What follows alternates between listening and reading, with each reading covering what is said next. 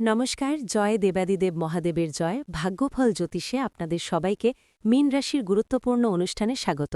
বন্ধুরা সাবধান, সতর্ক থাকুন।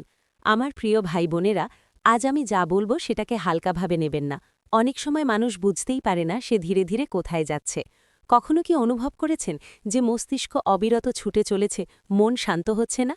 ছোট ছোট কথায় রাগ চলে আসে, আর ভেতর থেকে মনে হয় সবকিছু ছিন্ন ভিন্ন হয়ে যাচ্ছে। সময় একটু কঠিনই সত্যি, কিন্তু যদি তুমি ঠিক সময় সিগন্যাল বুঝে নিতে পারো তাহলে সবকিছু বদলাতে পারে। আজকের বিষয়টা একটু আলাদা। তোমরা পাগল হয়ে যাওয়ার কাছাকাছি এসে গেছে, আর এটা থেকে শুধু একটাই উপায়েই বাঁচা যায়। এখন আপনি ভাবছেন এটা কি ধরনের কথা, কিন্তু ভালো করে বুঝুন, এখানে পাগলামির মানে শুধু মগজের রোগ নয়। এটা এমন একটা অবস্থা যখন মানুষ নিজেকে হারাতে শুরু করে। এই কথাগুলো ভয় দেখানোর জন্য নয়, বরং জীবনের অভিজ্ঞতা, মানুষের প্রকৃত পরিস্থিতি আর সময়ের সংকেতের ওপর ভিত্তি করে বলা।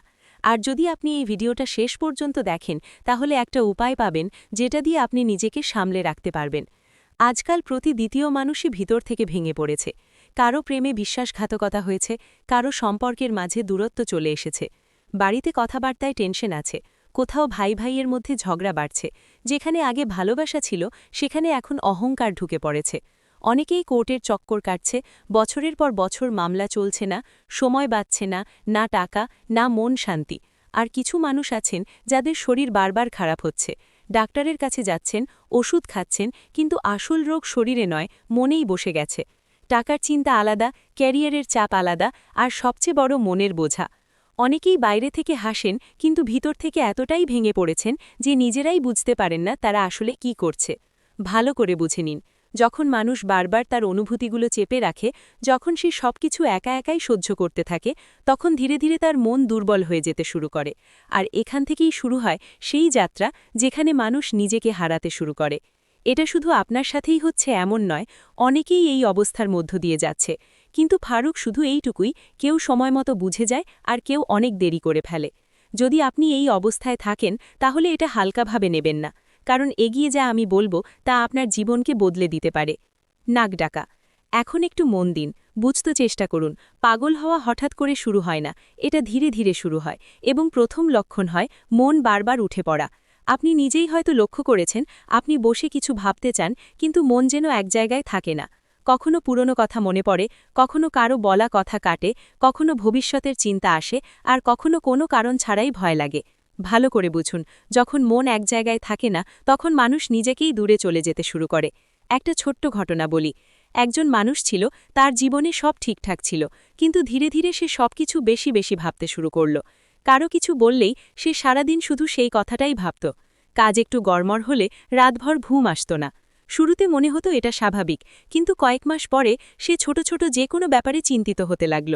আর একদিন এমন হলো যে নিজেও বুঝতে পারল না কেন এত বেশি অস্থির লাগছে। এটাই ভিতরে ভাঙার শুরু। অনেকেই এই ভুলটা করে, তারা মস্তিষ্ককে বিশ্রাম দেয় না, সবসময় মোবাইল, সোশ্যাল মিডিয়ায় ঘুরে বেড়ায়, অন্যদের জীবন দেখে, নিজেকে তাদের সাথে তুলনা করে। যদি তুমি এই অবস্থায় থাকো তাহলে একে হালকাভাবে নাও না, কারণ যখন মন শান্তি পায় না, যদি না পাও, ধীরে ধীরে মানুষ নিজের উপর নিয়ন্ত্রণ হারাতে শুরু করে। আর এটাই সেই প্রথম ধাপ যেখানে পাগল হওয়ার প্রক্রিয়া শুরু হয়। তুমি যদি এমন অবস্থায় থাকো তাহলে একটু খেয়াল করো। আরেকটা বড় লক্ষণ যা বেশিরভাগ মানুষ এড়িয়ে যায় তা হলো বেনিজির রাগ আসা আর ছোটখাটো ব্যাপারে ঝগড়াঝাটি করা। আগে যা কথা শুনে তুমি হাসতেও পারত, এখন সেই একই কথা তোমার মন খারাপ করে।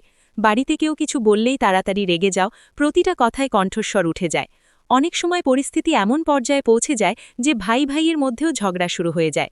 যেখানে আগে সাথে বসে খেত সবাই, আজ একে অপরের মুখ পর্যন্ত দেখতে ভালো লাগে না। ভালো করে বুঝবেন, এটা শুধু রাগ না, একদম ছোট্ট একটা সত্যি ঘটনা ভাবুন। দুই ভাই ছিল, ছোটবেলা থেকে একসাথে বড় হয়েছেন, সবকিছু শেয়ার করত, কিন্তু ধীরে ধীরে দায়িত্ব, টাকা আর কাজ নিয়ে ছোটখাটো তর্ক শুরু হলো। প্রথমে মনে হয়েছিল এটা স্বাভাবিক, কিন্তু ধীরে ধীরে সেই তর্ক রাগে বদলে গেল। আর একদিন এমন হয়েছিল যে তারা একে অপরের সঙ্গে কথা বলা বন্ধ করে দিল। ভাবুন তো, সমস্যা কি এত বড় ছিল? না, কিন্তু মনের চাপ এতটাই বেড়ে গিয়েছিল যে ছোটখাটো বিষয়েও বড় হয়ে দাঁড়িয়েছিল। অনেকেই এই ভুলটা করে, তারা তাদের গুচ্ছা বুঝতে চেষ্টা করে না, শুধু তাকে ঠিকঠাকই মনে করে চলে। যদি তুমিও ছোটখাট জিনিসে বিরক্ত হয়ে যাও তাহলে এটা হালকাভাবে নেবে না, কারণ যখন গুসার নিয়ন্ত্রণের বাইরে চলে যাবে তখন মানুষ নিজেই নিজের সম্পর্ক ভাঙতে শুরু করে। আর এইটাই দ্বিতীয় ধাপ যেখানে মানুষ ভিতর থেকে ভেঙে পড়তে থাকে। যদি আপনি এই অবস্থায় থাকেন তাহলে খেয়াল করুন, পঞ্চম সংকেতটা খুব গভীর এবং অনেকেই এটা শুধু শারীরিক দুর্বলতা মনে করে, কিন্তু সত্যিটা আলাদা। যখন মন ভেঙে যেতে থাকে তখন শরীরও সংকেত দিতে শুরু করে। আপনি দেখেছেন হয়তো কোনো বড় অসুখ ছাড়াই মাথা ভারী থাকে, ঘুম ঠিকমতো হয় না, হৃদয় উৎকণ্ঠিত হয়, পেট খারাপ থাকে, বারবার ক্লান্ত লাগছে। ডাক্তারের কাছে গিয়েছিলাম, রিপোর্টও মাঝে মাঝে ঠিক আসে, তবুও মনে হয় কিছু একটা ঠিক নেই। ভালো করে ভাবো, এটা শুধু শরীরের সমস্যা নয়, এটা মনের চাপের প্রভাব।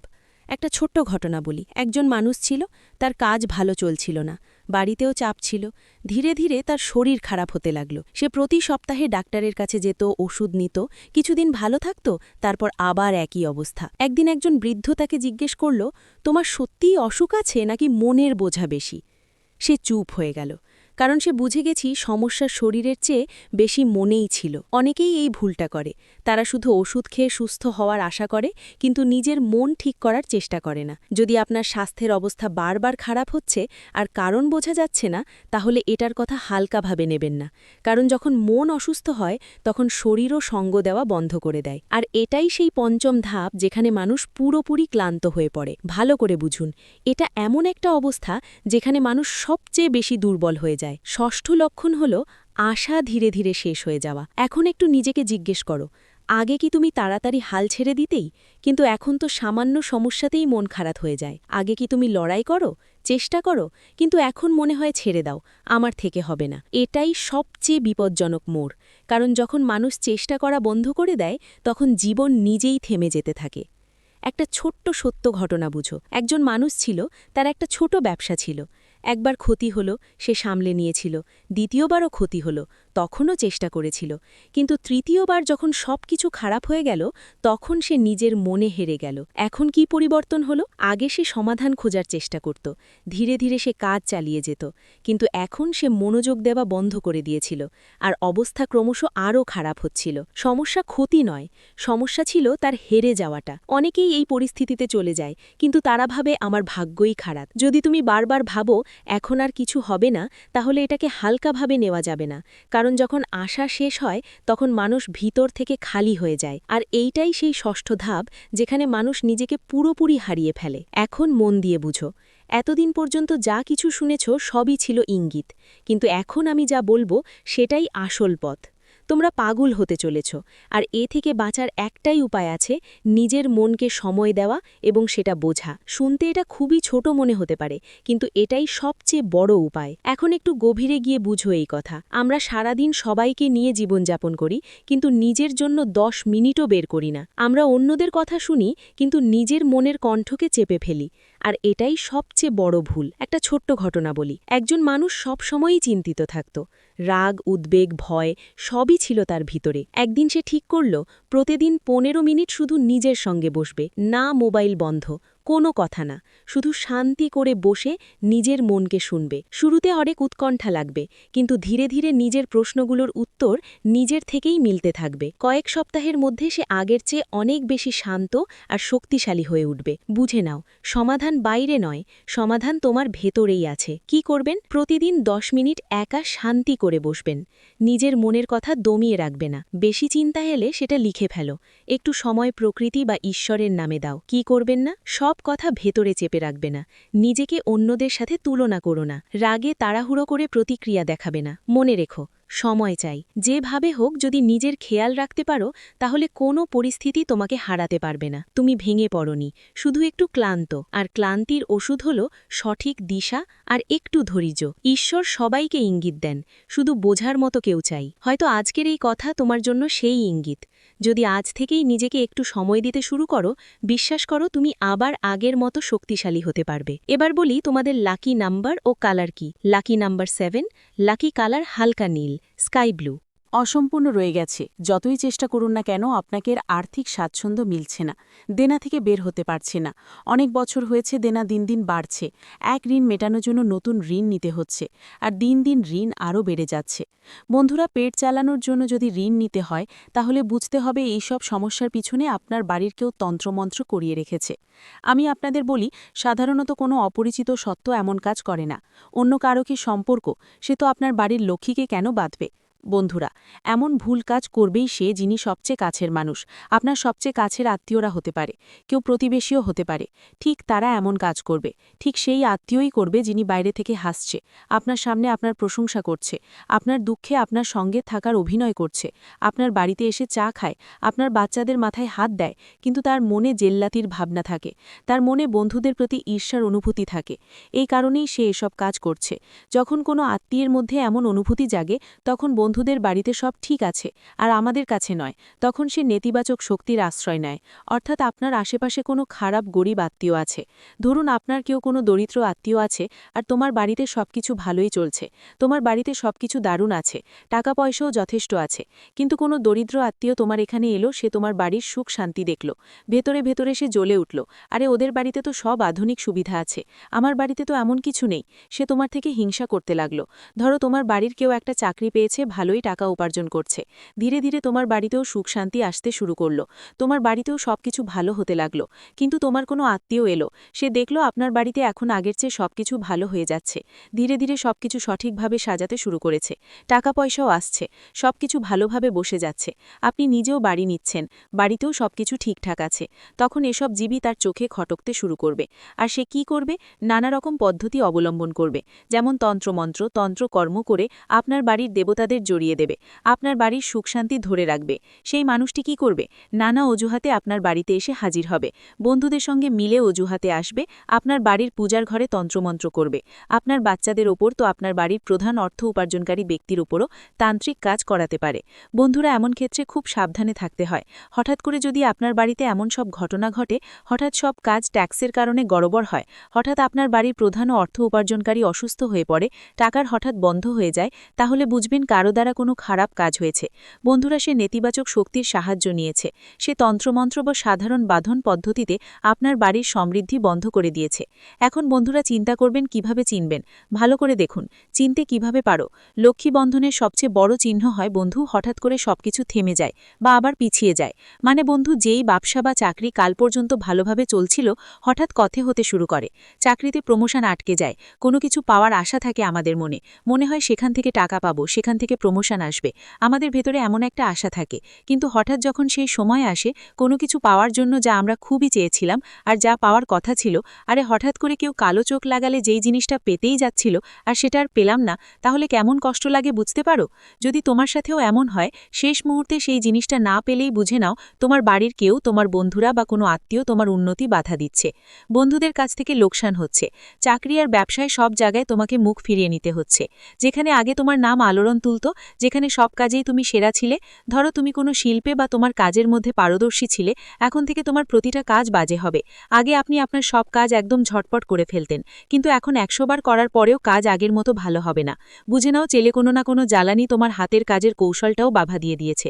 বন্ধুদের বলি, টাকা হাতে আসবে অবশ্যই, কিন্তু ধরো মাসের একটা তারিখে তোমার বেতন এসেছে, এখন সেটা পুরো মাস চালাতে হবে আর একটু সঞ্চয়ও করতে হবে, কিন্তু 2 থেকে 4 দিনের মধ্যেই এমন কিছু জটিলতা তৈরি হবে, বাড়িতে কেউ অসুস্থ হয়ে পড়বে, কোনো জিনিস নষ্ট হয়ে যাবে, তোমার হাতে আসা পুরো মাসের আয় সেই 2-3 দিনের মধ্যেই শেষ হয়ে যাবে, 4 দিনে সব খরচ হয়ে যাবে। এখন তোমার সামনে পুরো মাসটা চালাতে হবে, টাকা থাকবে না, হাতে একটাও টাকা থাকবে না। তাহলে কি করবে? মানুষের কাছ থেকে ধার নেবে, সবাইয়ের কাছে হাত পাতবে, কেউ তার গহনা জমানো রাখবে, কেউ তার সঞ্চয় তুলে আনবে, এই সব তো হবেই। আর যদি বারবার এমন হয়, অনেক বছর ধরে এমন হচ্ছে, তাহলে এটা নতুন কিছু না, এটা অনেক পুরনো ব্যাপার। ভাইরা, যন্ত্রমন্ত্র অনেক পুরনো, অনেক বছর ধরে চলছে এই সব, তাই তোমাদের অবশ্যই এগুলো থেকে বের হয়ে আসতে হবে, সেটা খুব দ্রুতই। কারণ নিজের কাছেই নবরাত্রি আসতেছে, উৎসবের দিন আসতেছে, আর উৎসবের সময় বন্ধুরা এই তন্ত্রমন্ত্র আর বন্ধনের কাজ আরও শক্তিশালী হয়। আমরা চাই না যে নবরাত্রির দিনে কেউ আমাদের সাথে এমন কোনো কাজ করুক বা বেশি করুক। নবরাত্রির দিনে মা লক্ষ্মী তোমার বাড়িতে আসতেই হবে, মা দুর্গা তোমার বাড়িতে আসতেই হবে। যদি তোমার বাড়িতে বন্ধন থাকে, তাহলে মা রানী কিভাবে ঢুকবে? মা রানী তোমার বাড়িতে আসতেই পারবে না। তোমার বাড়িতে আনন্দ আসতেই পারবে না। তুমি তো দেখো বেশিরভাগ সময় কি হয়, উৎসবের দিনে হয়। কিন্তু উৎসবের দিনগুলোতে হঠাৎ করে কারো অসুস্থতা দেখা দিলে বা বাড়িতে ঝগড়া টক্কর হলে বা লোকসান হলে কিংবা অদ্ভুত অদ্ভুত ভুল ঘটনা ঘটলে যা আমাদের বাড়ির উৎসবের সব আনন্দ ম্লান করে দেয়, তখন উৎসব পালন করার কোনো মানেই থাকে না। উৎসবের দিনগুলোতে যেন শোকের পরিবেশ তৈরি হয়। তখন বুঝে নিও কেউ কোনো বাঁধন ক্রিয়া করিয়েছে, যার ফলে আমাদের উৎসবের সুখ থেকেও বঞ্চিত হতে হয়। উৎসবের দিনগুলোতে সবাই মন খারাপ থাকে, কেউ কোনো কিছুতে মন দেয় না, চারপাশে সবকিছুই ম্লান ম্লান লাগে। বাড়িতে বাচ্চারা যখন ছোট থাকে তখন ওরা এমন কিছু শয়তানি কাণ্ড করে যেটা দেখলে মাথা ঘুরে যায়, জেদ করে, মনটা যা যা না পাওয়া পর্যন্ত ছাড়ে না। বাড়ির বাচ্চারা অসুস্থ হলে পুরো বাড়ির খিচুড়ি হয়ে যায়, উৎসবের মজা জমে না। যদি আপনার সেরকম কিছু না ঘটে তাহলে আজকের ভিডিওতে আমি যেসব উপায় বলবো সেগুলো আপনার জীবনে কাজে লাগান, কারণ আর বেশি দিন নয় বন্ধুরা, কাছাকাছি উৎসব আসছে, আর এই আত্মীয় পরিজনের ঈর্ষা থেকে বাঁচতে হবে। এখন কি করতে হবে আপনার? আমি সব পদ্ধতি বলেছি, কিন্তু কিছু কথা আর আছে, তাই একটু থামুন। দেখুন, যখন টাকা লাগে তখন টাকা থাকে পাশে, টাকা মানেই টাকা নয়। বাড়িতে কিছু মেশিন থাকবে, কিছু গাড়ি থাকবে, কিছু ইলেকট্রনিক জিনিস থাকবে, আর যদি সেই সব বারবার খারাপ হয়ে যায় মনে হয় বাড়ির ভিতর কোনো অদৃশ্য শক্তি আছে যা সেই বরকতকে খেয়ে যাচ্ছে, কোনো শয়তান এসে গেছে, বাড়ির সেই আনন্দকে, বাড়ির বরকতকে খাচ্ছে, এমন একটা বাড়ি হয়ে যাচ্ছে। তো বন্ধুদের সাবধান হতে হবে। পরিবারের মধ্যে অকারণে ঝগড়া বেড়ে যায়। দেখো, যখন টাকার অভাব হয় তখন মানুষের বাড়িতেও ঝগড়া হয়। একদিকে জীবনে এমন একটা অবস্থা তৈরি হবে যেখানে তুমি টাকা বিনিয়োগ করেছিলে, যেখানে তুমি ভালো পরিমাণ টাকা ঢেলেছিলে, সেখান থেকে তোমাকে রিটার্ন মিলবে। ধৈর্যের ফল সব সময় মিষ্টি হয়। বন্ধুরা, মানুষ টাকা কেন উপার্জন করে? পরিবারের জন্য। মানুষ তার পরিবারের সব দায়িত্ব নেয়, কিন্তু অনেক সময় তাকে ক্ষতি কোথা থেকে হয়? ঠিক সেই একই জায়গা থেকে, সে যেখানে সবচেয়ে বেশি বিশ্বাস পেয়েছিল আর সবচেয়ে বেশি বিশ্বাস দিয়েছিল। বন্ধুরা, বলে দিই, তোমাদের বাড়ির আশেপাশে যদি কোনো কুকুর থাকে তাহলে সেই কুকুরটাকে প্রতি শনিবার একটা রুটি দিতেই হবে, কারণ কালো কুকুরকে শনিবার রুটি দিলে শনিদেবের বিশেষ আশীর্বাদ মেলে। এটা সবচেয়ে সহজ উপায়। দেখো, প্রতিটি ঘরে সকালে ও রাতে খাবার তৈরি হয়, কারণ খেয়ে না হলে কেউ বাঁচতে পারে না। তাই শনিবার দিনে কালো কুকুরকে রুটি অবশ্যই খাওয়াতে হবে। একটু গুড় তার উপর দিতে হবে আর ঘি দিতে হবে, লাগাতে হবে না, কারণ কুকুর ঘির রুটি খায় না। আপনি চাইলে পুরিও ভাজতে পারেন আর জানিয়ে দিতে পারেন। বন্ধুরা, আপনাদের এই সময় বাড়ি থেকে ভাঙাচোরা জিনিসগুলো দূরে সরিয়ে ফেলতে হবে। দেখুন, যখন ভগবান দেন তখন ছাপ্পার ফাটিয়ে দেন। তাই আমাদের এই সময় কিছু ভুল করার থেকেও বাঁচা উচিত। দেখুন, গরিব মানুষ সবসময় গরিব থাকে, কারণ তার চিন্তা ছোট থাকে। সবসময় মনে লেখো, জীবনে কিছু তোমার হাতে থাকে বা থাকে না, কিন্তু চিন্তা তো তোমার হাতে থাকে। তাই সেই চিন্তাকে বড় করো, কারণ চিন্তা বড় করার মাধ্যমে মানুষ বড় হয়। সফলতার এবং মহানতার প্রথম ধাপ কি? চিন্তা বড় করা। একটা ছোট্ট আমি তোমাকে তথ্যটা দিয়ে দিচ্ছি, মন দিয়ে শোনো। তোমার বাড়ির আশেপাশে যদি কবরস্থান বা শ্মশানঘাট থাকে তাহলে ওদিকে একদম যেও না ভবিষ্যতে। কেন? কারণ আজ রাত 11টায় তোমার জীবনে একটা বড় ঘটনা ঘটবে। একটা ছোট্ট ভুলও তোমার বাড়িকে ধ্বংস করতে কোনো কসর রাখবে না। তোমার স্বপ্ন অনেক বড়। তুমি চাও তোমার জীবনটা আরামদায়ক হোক, জীবনে টাকা কমে না, যা কিছু ছবে সব তোমার হয়ে যাক। এটা তখনই সম্ভব হবে যখন তোমার কাজকর্ম ভালো থাকবে, তোমার সঙ্গ ভালো হবে, ভালোই থাকবে। ভিডিওটি এখানেই শেষ করছি। ভিডিওটি যদি ভালো লেগে থাকে তাহলে অবশ্যই একটি লাইক দিয়ে চ্যানেলটি সাবস্ক্রাইব করে যাবেন এবং কমেন্ট বক্সে জয় দেবাদিদেব মহাদেবের জয় লিখতে ভুলবেন না। দেখবেন, মহাদেবের কৃপায় আপনারা সবাই ভালো থাকবেন। ধন্যবাদ।